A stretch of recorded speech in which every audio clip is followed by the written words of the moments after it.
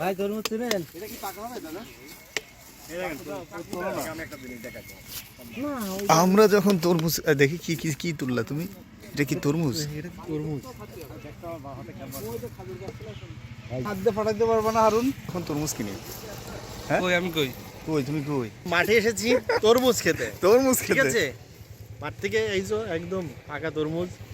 এটা kick kick হবে। নিয়ে আসেননি?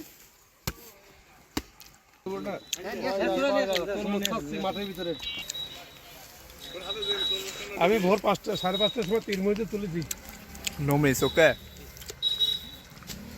হ্যাঁ, যশোর এয়ারপোর্ট থেকে ওই যে ক্রিকেটার ভাই আশরাফুল ভাই রিসিভ করে নিয়ে ওই খেলা আছে ওখানে আসছে। দাদা যখন তরমুজ খায় সেই স্বাদ, সেই স্বাদ, এত স্বাদ কে? সেই স্বাদ। আরে আমার কি সুন্দর লাগছে আসল ভাই। এত স্বাদ হারুন করে? হারুন শ্বশুর আসে আসে আসে ভাই স্বাদ আছে, স্বাদ আছে। এটা আমার বাচ্চারা দেখলে পাগল হয়ে যাবে। আরে দিলশান স্বাদ আছে ভাইয়া, এত স্বাদ কে রে? এত স্বাদ কে রে?